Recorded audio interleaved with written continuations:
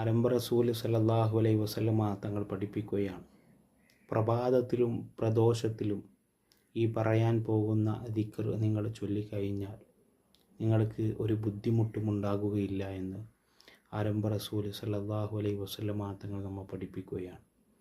ആ ദിക്ർ ഇങ്ങനെയാണ്: ബിസ്മില്ലാഹില്ലദീ ലാ യദുർറുഹു മാ ഇസ്മിഹി ശൈഉൻ ഫിൽ അർളി വലാ ഫിസ് സമാഇ വഹുവ സമീഉൽ അലീം എന്നുള്ള ദിക്ർ നമ്മൾ പ്രഭാതത്തിൽ 3 തവണയും അതുപോലെ പ്രദോഷത്തിൽ നമ്മൾ 3 തവണയും ചൊല്ലിക്കഴിഞ്ഞാൽ നമുക്കൊരു ബുദ്ധിമുട്ടും ഉണ്ടാകുകയില്ല എന്ന് അള്ളാഹുവിൻ്റെ ഹബീബ് നബി മുഹമ്മദ് മുസ്തഫ സല്ലല്ലാഹു അലൈഹി വസല്ലമ തങ്ങൾ പഠിപ്പിക്കുകയാണ്.